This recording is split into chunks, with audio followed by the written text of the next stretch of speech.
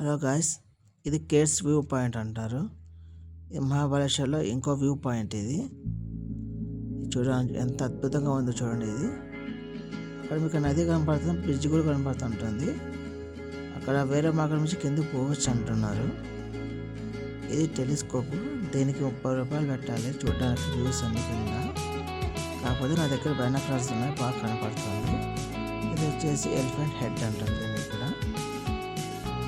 ఇక్కడ అంతగా కనపాలి elephant head అన్నారు. ఎలిఫెంట్ హెడ్ అన్నారు ఇక్కడ.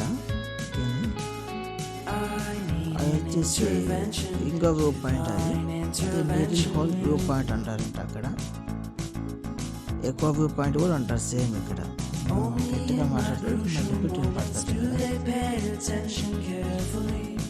చూడండి అద్భుతంగా. Okay bye.